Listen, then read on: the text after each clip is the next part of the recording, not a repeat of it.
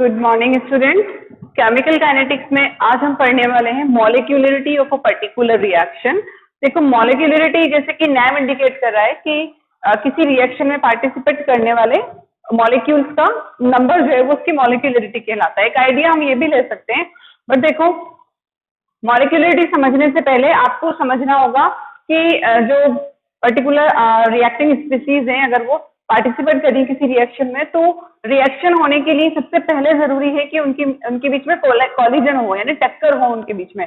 Collision theory हमें chemical kinetics में पढ़ाई जाती है, बट इस ईयर के लिए उस कॉलिजन थ्योरी को हमारे सिलेबस में से कट कर दिया गया है, तो हम कॉलिजन थ्योरी नहीं पढ़ेंगे, बट एक जनरल सा आइडिया लेते हैं कि जब किन्हीं मॉलिक्यूल्स की किन्हीं रिएक्टिंग स्पीसीज के बीच में आप कह सकते हैं कि कॉलिजन होता है, साइमल्टेनियस कॉलिजन यानी एक टाइम में एक साथ अगर कुछ पर्टिकुलर रिएक्टिंग स्पीसीज रिएक्ट कर रही हैं, टक्कर कर रही हैं, तो वही आगे जाकर प्रोडक्ट में चेंज होती हैं। इसे हम मॉलिक्यूलरिटी भी कहते हैं कि एक साइमल्टेनियसली यानी एक टाइम में एक साथ टकराने वाले जो भी पर्टिकुलर रिएक्टिंग स्पीसीज हैं, एटम हो या आयन हो, तो उन टकराने वाले एटम्स या आयंस का नंबर ही मॉलिक्यूलरिटी कहलाता है। और एक चीज ये है कि मॉलिक्यूलरिटी जो है वो कभी भी कॉम्प्लेक्स रिएक्शन के लिए हम डिटरमाइन नहीं कर सकते हैं। कॉम्प्लेक्स रिएक्शन यानी मल्टी स्टेप रिएक्शंस जो होती हैं, जैसे कि जितनी भी ऑर्गेनिक रिएक्शंस हैं जनरली 2 से ज्यादा स्टेप में कंप्लीट होती हैं, जबकि जो सिंगल स्टेप रिएक्शंस हैं जिन्हें हम एलिमेंट्री रिएक्शंस कहते हैं, उनके लिए आप मॉलिक्यूलरिटी इजीली फाइंड आउट कर सकते हो। तो देखो मॉलिक्यूलरिटी है क्या, एक बार आगे बढ़ते हैं फिर देखते हैं हम। Molecularity of the reaction, the number of reacting species जो रिएक्ट कर रही है रिएक्शन में, वो मॉलिक्यूल भी हो सकता है, एटम भी हो सकता है और आयन भी हो सकता है। The number of reacting species participating in elementary reaction, important है ये चीज। एलिमेंट्री रिएक्शन यानी single step reaction which must collide simultaneously यानी एक टाइम में एक साथ एक ही बार में, इज कॉल्ड मॉलिक्यूलरिटी। ओके, समझ में आती है हमें ये चीज कि मॉलिक्यूलरिटी क्या है, नंबर ऑफ रिएक्टिंग स्पीसीज है, ठीक है। बट वो रिएक्टिंग स्पीसीज किस में होनी चाहिए, एलिमेंट्री रिएक्शन में यानी सिंगल स्टेप रिएक्शन में। एक कंडीशन और लगा दी गई कि वो क्या करनी चाहिए, साइमल्टेनियसली कोलाइड होनी चाहिए, यानी एक साथ एक ही टाइम में उनके बीच में टक्कर होनी चाहिए। तो उसी टकराने वाले रिएक्टिंग स्पीसीज के नंबर को हम मॉलिक्यूलरिटी ऑफ द रिएक्शन कहते हैं। आप किसी भी, जैसे मैंने आपको बताया कि ऑर्डर आप डिटरमाइन नहीं कर सकते हो, किसी पर्टिकुलर रिएक्शन को देखकर, किसी बैलेंस रिएक्शन को देखकर आप ऑर्डर डिटरमाइन नहीं कर सकते, उसके लिए आपको रिएक्शन को प्रोसीड करा के देखना होगा। बट ये जो बात कर रहे हैं मॉलिक्यूलरिटी की, आप इसे थ्योरेटिकली भी डिटरमाइन कर सकते हो। किसी रिएक्शन को देखकर कोई बैलेंस रिएक्शन लिखी हुई है, तो आप उसमें जो उसकी जो स्टोइचियोमेट्रिक कोएफिशिएंट है, आप उन्हें उसके बेस पर आप रिएक्शन की मॉलिक्यूलरिटी डिटरमाइन कर सकते हो। देखेंगे हम एग्जांपल में। तो मॉलिक्यूलरिटी समझ में आती है हमें, एलिमेंट्री यानी सिंगल स्टेप रिएक्शन के लिए आइडेंटिफाई करते हो, और उसके अलावा साइमल्टेनियसली कॉलिजन होना चाहिए हमारे पर्टिकुलर रिएक्टिंग स्पीसीज के बीच में। अब देखो मॉलिक्यूलरिटी के बेसिस पर कुछ पर्टिकुलर रिएक्शन के टाइप हमें दिए गए हैं, जैसे unimolecular reaction, when molecularity is 1, यानी जब एक ही रिएक्टिंग स्पीसी होगी, उसे किसी के साथ टकराने की भी जरूरत नहीं है, वही रिएक्टिंग स्पीसी आपको प्रोडक्ट दे देगी, तो उसे आप यूनिमॉलिक्यूलर रिएक्शन कहोगे। जैसे कि अमोनियम नाइट्रेट है, बहुत सी रिएक्शन है ऐसी। अमोनियम नाइट्रेट है, आपने हीट किया, आपको नाइट्रोजन मिला और आपको वाटर मिला, तो इस रिएक्शन को आप यूनिमॉलिक्यूलर रिएक्शन कह सकते हो, क्योंकि यहाँ पर स्टोइचियोमेट्रिक कोएफिशिएंट या मॉलिक्यूलरिटी 1 है।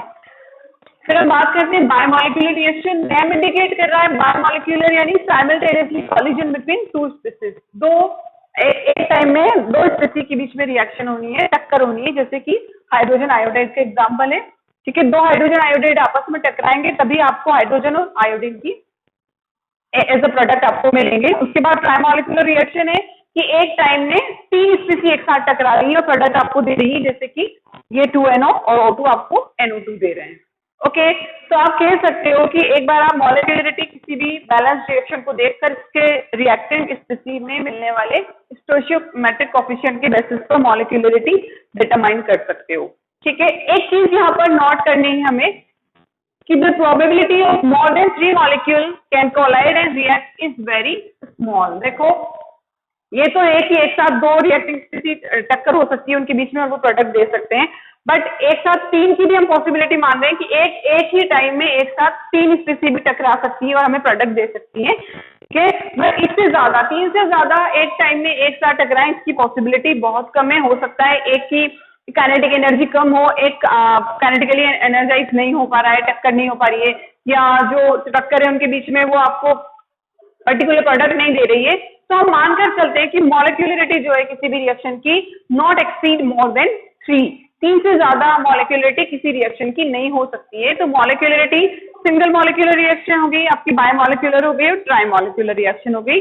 और अगर आपसे कहे कि आप टेट्रामॉलिक्यूलर रिएक्शन बताओ तो उसकी मॉलिक्यूलरिटी बताओ, तो टेट्रामॉलिक्यूलर रिएक्शन पॉसिबल है, बट मॉलिक्यूलरिटी उनकी डिटरमाइन करना पॉसिबल नहीं है, क्योंकि फिर रिएक्शन मल्टी स्टेप में हो जाएगी। एक बार 2 टकराएंगे या एक बार 3 टकराएंगे तो चौथा आएगा उसे टकराने, तो वो मल्टी स्टेप रिएक्शन हो जाएगी। वहां पर हम वहां एलिमेंट्री रिएक्शन नहीं रहेगी और हम मॉलिक्यूलरिटी फाइंड आउट नहीं कर सकेंगे। आई होप ये चीज आपको समझ में आई।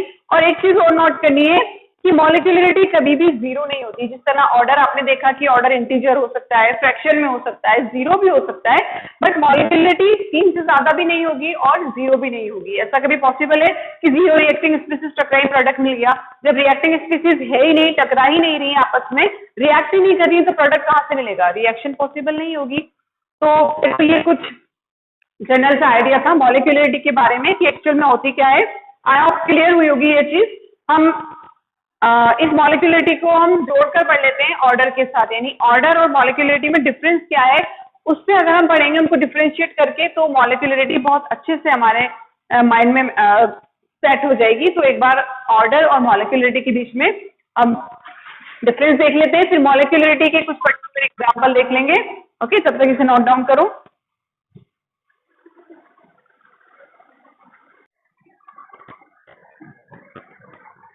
तो स्टूडेंट्स, हम देख लेते हैं difference between order and molecularity. देखो, ऑर्डर जो है मे और may not be equal to the stoichiometric coefficient of balance reaction. मैंने पहले भी बताया आपको कि ऑर्डर, अगर सिंगल स्टेप रिएक्शन के लिए ऑर्डर निकाल रहे हो तो स्टोइकियोमेट्रिक कोएफिशिएंट के अकॉर्डिंग आप निकाल सकते हो order, but multi step reaction में आप ऐसा पॉसिबल नहीं होगा। वो रिएक्शन आपको प्रोसीड करा के देखनी होगी और उसमें जो आपका स्लोअर स्टेप है उसी पर वो रेट डिटरमाइनिंग होता है और उसी पर हमारा रेट ऑफ रिएक्शन डिपेंड करता है, उसी के अकॉर्डिंग आप ऑर्डर निकालते हो। जबकि मॉलिक्यूलरिटी की अगर आप बात करो तो मॉलिक्यूलरिटी इक्वल होगी एलिमेंट्री रिएक्शन के केस में किसके equal? Stoichiometric coefficient of particular reaction. Example अभी देखेंगे हम। देखो, और सेकंड है कि ऑर्डर को आप कैलकुलेटेड करोगे, आप डिटरमाइन कर सकते हो ऑर्डर को कैसे? एक्सपेरिमेंटली। आप थियोरेटिकली आप ऑर्डर नहीं कैलकुलेट कर सकते हो, जबकि मॉलिक्यूलरिटी यू कैन डिटरमाइन और यू कैन कैलकुलेट थियोरेटिकली। आप रिएक्शन को देखकर भी बता सकते हो कि इसकी मॉलिक्यूलरिटी इतनी है। और इसके अलावा जैसे आपने देखा कि ऑर्डर जो है वो नेगेटिव भी हो सकता है, ऑर्डर जीरो भी हो सकता है, ऑर्डर फ्रैक्शन भी हो सकता है, जबकि मॉलिक्यूलरिटी के केस में हम कहते हैं कि ऑर्डर 1 से लेकर 3 के बीच में ही होता है। सॉरी, मॉलिक्यूलरिटी 1 से 3 के बीच में ही होती है और मॉलिक्यूलरिटी कभी भी ना तो नेगेटिव होगी, ना जीरो होगी और ना ही फ्रैक्शन में होगी। और इसके अलावा ऑर्डर जो है वो डिटरमाइन किया जा सकता है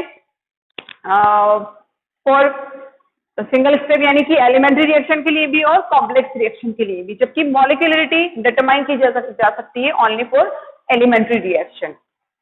तो ये कुछ डिफरेंस है ऑर्डर और मॉलिक्यूलरिटी के बीच में। आई होप समझ में आया होगा। यहाँ से हमारी मॉलिक्यूलरिटी की बेस जो है वो और भी परफेक्ट होती है। अभी आप कुछ एग्जांपल देख लो जिससे हम समझेंगे कि मॉलिक्यूलरिटी है क्या एक्चुअल में। जैसे आपको रिएक्शन दी हुई है, 2H2O है, ये 2H2O डिकम्पोज होकर आपको वाटर और ऑक्सीजन दे रहा है। अब आपसे कहा जाए कि इसकी मॉलिक्यूलरिटी फाइंड आउट करो, तो ऑब्वियसली मैंने कहा ना मॉलिक्यूलरिटी आप थियोरेटिकली भी बता सकते हो। आप यहाँ बता दोगे कि मॉलिक्यूलरिटी कितनी है? 2 है, यानी कि जब तक H2O2 यानी हाइड्रोजन पेरोक्साइड के 2 मॉलिक्यूल आपस में नहीं टकराएंगे तब तक हमें वाटर और ऑक्सीजन की का फॉर्मेशन नहीं मिलेगा। ठीक है, 2H2O2। ठीक है, समझ में आया? मॉलिक्यूलरिटी हम कैसे डिटरमाइन करते हैं? हम रिएक्टिंग स्पीसीज को देखकर डिटरमाइन कर सकते हैं।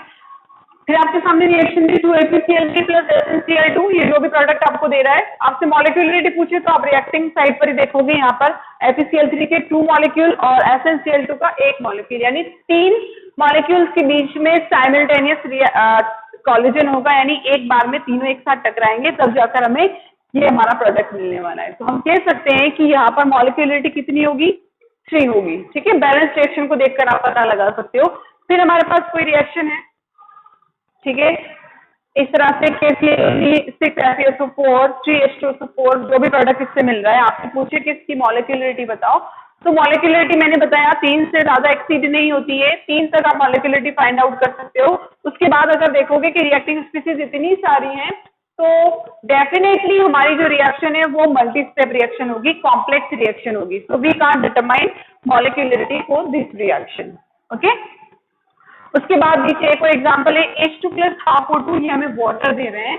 अब हमसे इसकी मॉलिक्यूलरिटी पूछे तो मैंने आपको बताया मॉलिक्यूलरिटी रिएक्टिंग साइड देखकर पता लगाओगे। हाइड्रोजन का 1 मॉलिक्यूल है और ऑक्सीजन का ½ मॉलिक्यूल है, तो कितनी हो सकती है मॉलिक्यूलरिटी, 1.5। जबकि मैंने बताया मॉलिक्यूलरिटी कभी फ्रैक्शन में नहीं हो सकती है। ओके, तो आप क्या करोगे, इसको किसी पर्टिकुलर नंबर से डिवाइड करोगे इन रिएक्टिंग को, ताकि आपका जो नंबर है वो सिंपल हो जाए। तो यहाँ पर हम इसको 2 से मल्टीप्लाई करेंगे तो हमारा हाइड्रोजन के 2 मॉलिक्यूल्स हो जाएंगे और ऑक्सीजन के हमारा 1 मॉलिक्यूल मिल जाएगा, कि ½ × 2, और यहाँ पर हमें वाटर मिलने वाला है 2H2। ओके, तो अब हम पूछे इसकी मॉलिक्यूलरिटी, तो अब हम अच्छे से बता सकते हैं इसकी मॉलिक्यूलरिटी 3 होगी, जहाँ पर हाइड्रोजन के 2 मॉलिक्यूल और ऑक्सीजन का 1 मॉलिक्यूल साइमल्टेनियसली टकराएंगे तो उनके बीच में वाटर की फॉर्मेशन होगी। ओके, तो यहाँ मॉलिक्यूलरिटी कितनी हो गई है, 3 है यहाँ पर मॉलिक्यूलरिटी।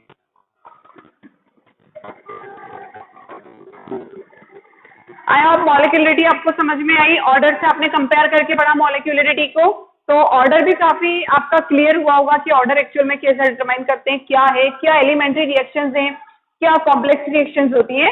अब देखो, एक ऑर्डर का ही एक टाइप है स्यूडो ऑर्डर रिएक्शन, हम उसे देख लेते हैं। आप इसको नोट डाउन करो, फिर आगे बढ़ते हैं।